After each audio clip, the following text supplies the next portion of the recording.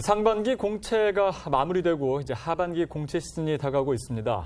채용 공고에 관심을 갖고 또 면접 준비하시는 분들 많을 텐데요. 최근 취업난이 심해지면서 취업이 절박한 구직자들을 상대로 묻지마 면접이 기승을 부리고 있습니다. 예. 특히 채용 과정에서 이 급여 수준을 공개하지 않는 등 구직자들의 시간과 비용을 낭비하게 하는 경우가 빈번히 발생하고 한다고 하는데요. 이에 국민권익위원회에서 이 채용 공고에 임금 조건을 공개하는 방안을 마련하고 고용노동부에 권고했다고 합니다. 자세한 내용 국민권익위원회 경제제도 개선과 추수진 사무관과 화상회의 시스템 온라인 연결해 알아보겠습니다. 안녕하십니까?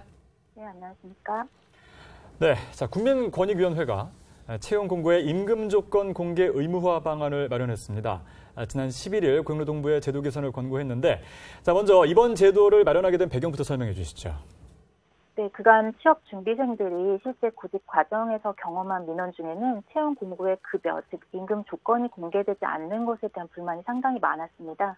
구직자들은 자기소개서를 통해서 구직을 위한 개인의 경험과 정보를 상당 부분 제공하고 있음에도 불구하고 반대로 기업들은 근로조건의 핵심인 임금을 공개하지 않는 일종의 정보 비대칭이 발생하고 있는 것인데요.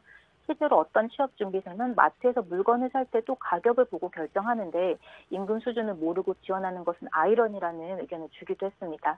이에 따라 구직 과정에서 취업준비생들의 선택권과 알 권리를 보장하기 위해서 채용 공고에 임금 조건 공개를 의무화하라는 제도 개선 권고를 하게 되었습니다.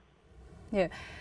그리고 이번 제도를 마련하기 전에 이 국민 생각함을 통해서 실제 채용 공고 불만 사항을 조사했다고 들었습니다. 어떤 결과가 나왔나요? 네, 저희가 이번 제도 개선을 준비하면서 국민 생각함을 통해 취업 준비생들에게 실제로 이런 경험이 있었는지 조사를 해보았는데요.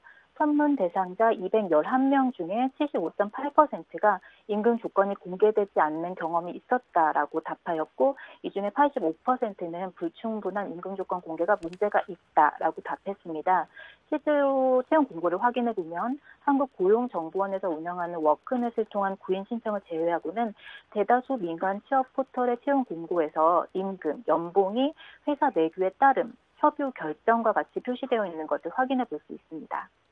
네, 그렇군요. 자, 권익위가 이제 고용노동부의 제도 개선을 권고했기 때문에 이제 앞으로 바뀌겠지만 현재가 사실 굉장히 궁금합니다. 현재 이 법률에 근로 조건이 어떻게 규정되어 있는지 궁금한데, 그러니까 기존의 근로 조건 임금 기준이 마련되어 있는 건지 아니면 마련되어 있지 않은 건지 어떤 이유에서인지 참 궁금하거든요. 네, 사실 현재 지금 근로기준법이나 직업안정법에서는 임금, 근로시간, 근무지 등을 근로조건으로 명시하고 있습니다. 그리고 구인자가 제시한 직종, 고용 형태, 근로조건 등이 응모할 때 그것과 현저히 다른 광고, 즉 거짓 채용 공고를 제시해서는 안 된다고 하고 있습니다. 또 구인자는 구직자를 채용한 후에 정당한 사유 없이 채용 공고에서 제시한 근로조건을 변경해서는 안 되는데요. 요건대 실제 입사 후에 맺은 근로계약상의 임금이 채용 공고상의 임금과 현저히 다르면 안 되는 것입니다. 게다가 최저임금에 미달되는 구인 정보를 게재해서는 안 된다는 조항도 있는데요. 그럼에도 불구하고 근로조건의 핵심인 임금을 현재 채용 공고에서 확인하지 못하는 것은 법률의 거짓 채용 공고나 최저임금에 미달하는 구인 정보를 금하고 있는 취지와도 맞지 않는다고 볼 수 있는 것입니다. 네.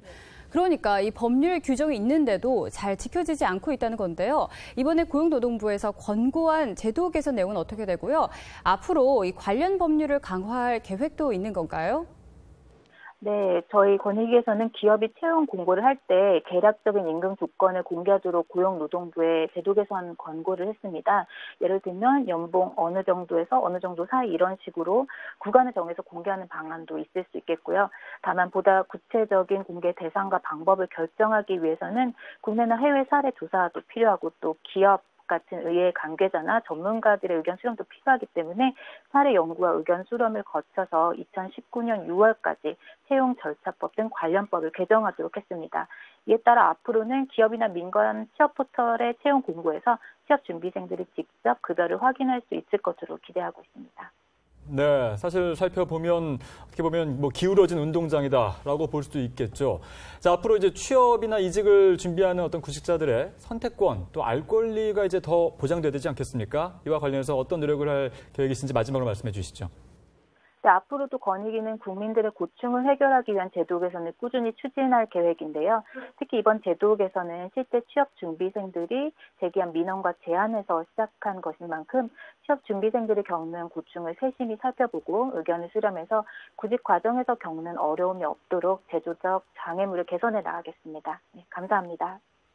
예, 이번 제도 마련을 통해서 기업과 민간 취업 포털 등의 채용 공고에서 급여를 공개하지 않았던 그동안의 관행이 개선될 것으로 보이는데요. 앞으로도 지속적인 제도 개선이 이루어져서 이 채용에 대한 투명성이 강화되고 이 취업 준비생들의 무거운 마음의 짐도 덜 수 있었으면 좋겠습니다. 지금까지 국민권익위원회 경제제도 개선과 추수진 사무관과 함께했습니다. 오늘 말씀 고맙습니다. 네, 감사합니다.